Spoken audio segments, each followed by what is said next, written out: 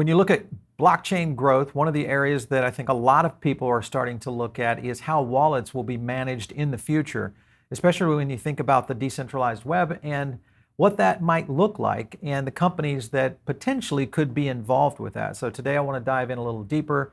We're going to be talking to Coinbase Wallet as a Service, one of their product managers. I think you guys are going to like this interview and dive in deep. My name is Paul Rivera. Welcome back into TechPath. Joining me today is Leonard Law, who is a product manager over at Coinbase for Wallet as a Service. Leonard, welcome into the show. Thanks for having me, Paul.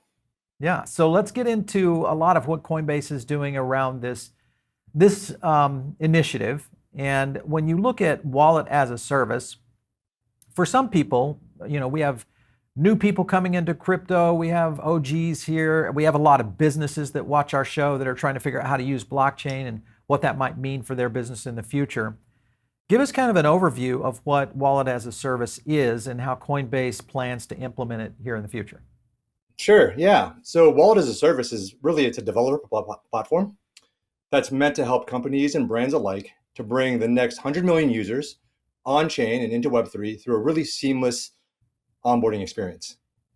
If you think about one of the biggest challenges in blockchain today, getting a user to onboard into a new wallet is one of the biggest barriers to entry.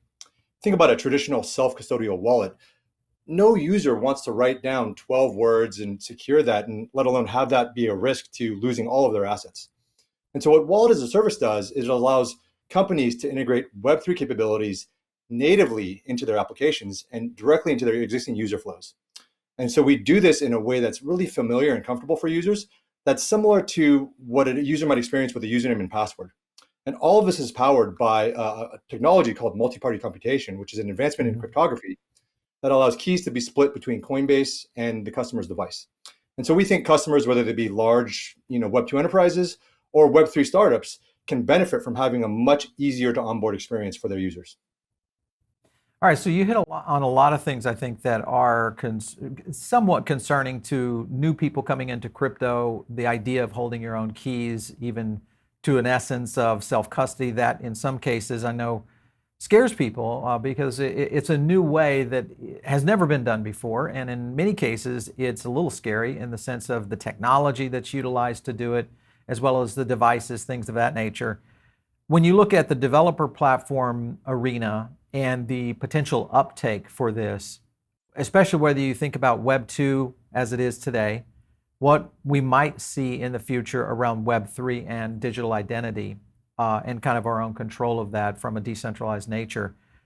And then you look at some of the big, massive companies that have initiatives underway. Let's just jump to one right now, and that is Amazon. Amazon getting ready to roll out an NFT. I mean, some people would say, well, there might be a wallet there for Amazon in the future where your Prime membership and all your activities, as well as maybe a certain amount of value in your NFTs or collectibles, could be held. Is that the kind of platforms that you see kind of propagating the Wallet as a Service ecosystem in the future? Yeah, absolutely. So I think today one of the biggest challenges with Web3 is how do you as a brand create a really immersive experience for your customer, right? So how do you get customers access to Web3 without having to navigate away to a different non-custodial wallet and so on? So if you're able to integrate Web3 experiences much more natively into your application, you can create a really immersive environment where whether it's a NFT gated solution or some token driven, loyalty or community type experience, you can really kind of build it in a way that's seamless and transparent to the user, where in fact, most users don't even need to know that they have a Web3 wallet. It's just kind of part of their overall application experience. All right, so a couple of things here. I was looking at just a few companies here that we're building within the Wallet as a Service. Here is Floor, which is one of the NFT platforms. Obviously, you see some of the traditional collectibles there, Doodles, Proof, obviously that's Moonbirds. So this is pretty typical of what we see in the Web3 space. Pretty natural evolution of how these kinds of things might work. But let's get into Web 2, because this to me is really where the explosion will take place. A lot of people are kind of talking about whether or not we'll see Web 3 growth, what it's going to look like, all that. I go back to the essence of, hey, listen, we've got a lot of things that work within the ecosystem of Web 2 right now. Sure, there's a lot of stuff that's broken. And definitely custody is one of them in the sense of a user being able to kind of hold their own assets, whether it's digital collectibles or others. When you look at Web 2, how easy is this going to be to implement for the average company? Let's just say I'm an e-com company, not even to the level of an Etsy, but someone, in that framework. I could be Scene Studios, which is a seller of men's clothing and women's clothing. I could see these kinds of companies implementing, a web wallet that is tiered into what Web3 identity is, especially around building these communities. How would a company like that be able to use Coinbase Wallet as a service? Yeah, so it's a great question, and it's actually exactly the purpose of Wallet as a Service is to make accessing Web3 trivially easy for these Web2 companies that may not be that sophisticated or may not be that advanced in terms of their understanding or experience in Web3. As we're seeing, there are tons of companies right now, whether it's companies like Nike or Starbucks or Tiffany's, that are looking and leaning into Web3 for net new kind of customer loyalty programs and different ways of engaging their customers. But the reality is, to your point, most companies don't really have that experience right now. They don't have the expertise to integrate a native Web3 wallet into their application. And so with Wallet as a Service, it's as easy as downloading our SDK and downloading an API key and start integrating it. It's very composable and it's very familiar to a traditional kind of like a cloud or a Web2 developer. I was looking at your Coinbase for Developers area, so it shows the WAS in there. Pay SDK, which is fiat to crypto transfers. Is that utilizing frameworks that are already out there like Lightning or doing something like Strike? How are you implementing a Pay SDK? Yeah, so the Pay SDK is our fiat on-ramp that allows customers to basically convert fiat to crypto across any number of chains that we already support. We Okay. will certainly add support to things like Lightning and obviously Base over time. But right now it's using kind of the traditional payment rails that we have within Coinbase. Okay, cool. All right, so a lot of cool things here. Commerce API, accept crypto payments. This is one of the biggest problems right now that we're already dealing with. You've got Coinbase Commerce out there. We use it, in fact, on our own member services. And I am finding that it is a subset of the e-commerce system, which is me as a media company executive. I look at it and I go, this is already broken in the sense that it's not integrated. When you sign on as a member here, even within our own ecosystem, you kind of have to go off over into this little corner to do a transaction in crypto, which is terrible. So how will this solve that problem in the future? Yeah, so if you think over time, Coinbase is going to have a much more integrated suite of products that allow for all of these experiences to be done much more easily, much more natively, and much more seamlessly, right? So imagine going back to the notion of Coinbase Pay. Imagine that you're a brand that you're spinning up a digital wallet for your users. One of the next things that you might want to offer is the ability for that user to buy an NFT using a credit card. And something like Coinbase Pay is a great on-ramp where they can never even kind of fund their wallet with crypto. They can actually just use a credit card, buy the PFP, the NFT that they want. Maybe it's a loyalty token, maybe it's a digital collectible related to the brand, and they can get that to be imported into their wallet seamlessly in a single transaction. Leonard, you're working with a lot of developers, so you guys get a chance to, you're pretty much at the top tier of innovation right now at Coinbase. Brian Armstrong, your CEO, he's been on record here really kind of fighting the fight for what's happening in this evolution of tech and really where innovation is going. You get a chance to see these developers really building right now. Where and are you seeing, what areas, I guess is the question, what areas are you seeing the most development growth? Is it still primarily Web3 native, or are you finding more Web2 companies that are looking at implementing these types of services? Yeah, so I would say the building hasn't stopped in Web3. So that's still going. It's still charging hard. People say that these winters are built for builders, and we're definitely seeing a lot of building activity in crypto winter. What's been really compelling and interesting for me, though, is that there are many more of these traditional Web2 brands and companies that are starting to lean in into Web3 and figuring out how can I leverage Web3 as a new surface to kind of enable enriching experiences for my users. And so that's really where Wallet as a Service is leaning in, is to say, how do we enable those companies to start bridging Web2 companies into Web3 and allowing their users to experience kind of all of the different interesting utility they can get from being in a Web3 ecosystem. Yeah, I think the argument I often make, I do these classes for businesses and high net worth individuals, and one of the things that always comes up is why, should we, navigate from a Web 2 environment that we've spent the last 2 decades building for our businesses to kind of an unknown chartered territory that we don't really know how it's going to work. We don't really have this connection for e-com yet, and we still don't have a solution in place. So it's very early stage.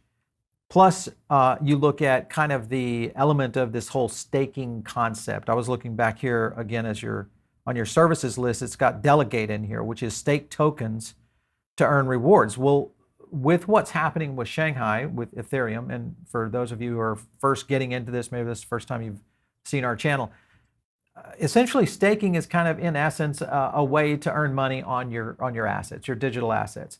When you look at ETH, what's happening there? How will that apply to things that you guys are doing here at Coinbase in the future? Obviously, could be one of the most premium assets out there, especially for a wallet as a service in the future. How do you guys plan to work with that? Yeah, so wallet as a service is definitely leaning heavily into ETH and the EVM community. We think that it is both really compelling from a crypto as an asset perspective, and we're seeing a lot of value being driven there and with staking and so on. But also we're seeing ETH as an app platform as being kind of a huge area of investment for developers, right? And so that could be vis-a-vis kind of these durable loyalty programs that companies are Right. creating with ETH-based tokens or NFTs or otherwise. And so when you think about the programmable internet, ETH is certainly front and center in terms of the offerings that brands can use to offer to their customers through Web3. I like the component of the programmable internet, which is really a great way to kind of understand where this evolution is going.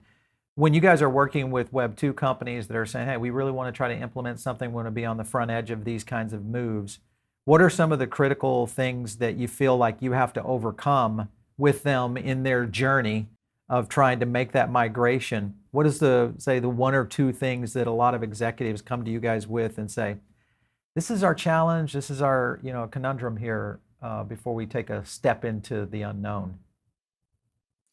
Yeah, I think still we're in a space where people always want to talk about security. They want to talk Mhm. about these rug pulls. They're concerned about what happened with FTX last year and so on and so forth. And so we're very happy that Wallet as a Service is directly addressing a number of those points, right? We are a self-custodial offering in nature.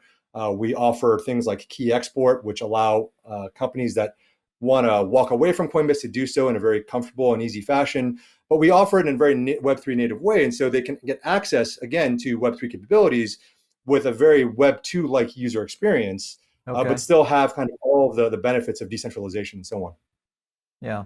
So you're addressing security, which has been a big one with obviously the kind of this hybrid approach of not holding my keys, but at the same time still having my keys. You're also addressing the idea of onboarding, because that's going to be a Yep. critical component, especially with fiat to whatever this might be in the future, loyalty tokens, PFPs, et cetera, playing into that. And even to a certain, I think, obviously gaming will be a big part of this. I think the game Sure. wallets are going to be huge in terms of how that goes. When you think about expanding what you guys are doing right now, because it sounds to me like you've got a good base of where this might go, what would be, kind of the DNA of the expansion plans for Coinbase for wallet as a service? Yeah, so we are a developer product by nature, and we are definitely leaning into what customers and developers are asking for in terms of iterations against what Wallet as a Service provides. Some examples of areas that we're looking at, obviously we are a mobile first platform today. We're going to be adding web support as soon as possible. Other things include expanding to different networks. So I mentioned being ETH and EVM centric, but we're going to be continuing to expand to additional L2s and other non-EVM chains over time. And then other things could be deeper features and functionality, right? So if people are needing specific capabilities around NFTs, for example, we can build new APIs to help facilitate transactions in that space. So we're really very customer centric in this space, and we're looking again for feedback from our developers in terms of what would be the most useful thing for them as they're trying to build their experiences for their users. Let's talk about the competitive landscape for a minute, because right now, if you think of traditional e-commerce, And when I think of how your service might go into, especially if you look at Coinbase Commerce or Coinbase Pay solutions, the landscape's a little muddy right now on who you can go to get those e-com services integrated into your solution. It's not like just spinning up, a Stripe account and being on and taking credit card payments immediately, which is fairly simple. Do you feel that we are within reach of that occurring on a much easier basis for people, companies like ourselves and others, many others, that just simply say, hey, I just want to accept crypto. That's all. I want to take ETH, Ethereum, maybe a handful of main tokens. How close are we to that actually happening? I think we're really getting close to that inflection point. We have a lot of the primitives in place now with wallet as a service. It's easy for customers to both directly as well as for their users have wallets to accept and send digital assets and tokens. With things like Coinbase Pay, we have on-ramps and off-ramps for fiat to crypto. And now with Coinbase Commerce, we have ways for companies to accept crypto as payment. And so you start to see this ecosystem rounding out where, within a few quarters, you'll see kind of a really end-to-end type offering that allows for Okay. an easy way for customers to kind of have a full life cycle around crypto. That'll be good. I think this is one of the key things that has to take place. If we're going to see adoption curves take place, the Web 2 environment, because I would say if you went and educated most businesses on, kind of how this solution is moving, I would say over 50% would probably flip the switch if it was easy enough to do so, to kind of get it going. All right, so competitive landscape there for sure. You look at the idea of banks. We're talking about payment systems. We're talking about holding assets. It sounds a lot like a bank. This is what the banks have done for the last 25, 55 years. How and will the banks say, maybe we need a digital wallet as a service product for all our digital assets at, whether it's someone like a PNC or a Wells Fargo. Are we close to that happening, or do you feel like the banks will kind of stand back and do something different? I think this is something that, we're still struggling with the uncertainty around the regulatory regime in this space.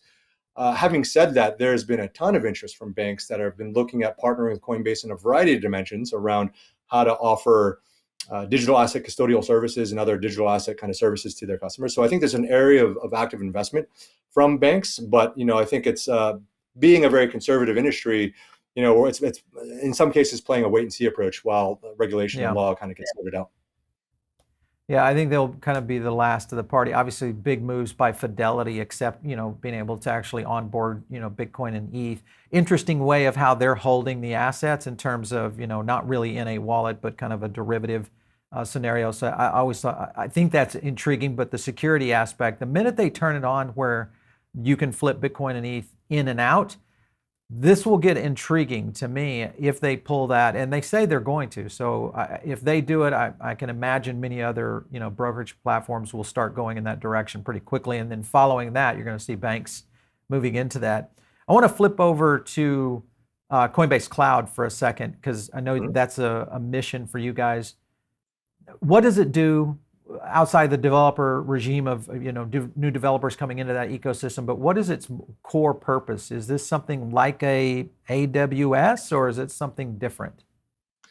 Yeah, I mean, it's very much like an AWS in terms of being a foundational platform for Web3 builders, right? And those could be, again, Web3 startups or Web2 enterprises alike who are trying to build Web3 capabilities into their platforms. We still think we're in the earliest innings of Web3 in that platform, and Coinbase has a huge amount of experience, over a decade of experience of building platforms that interact and work with blockchains. And by offering those primitives to our partners and customers, we can accelerate development of the community and really help grow the overall crypto ecosystem. All right, last question to you is the titans of retail.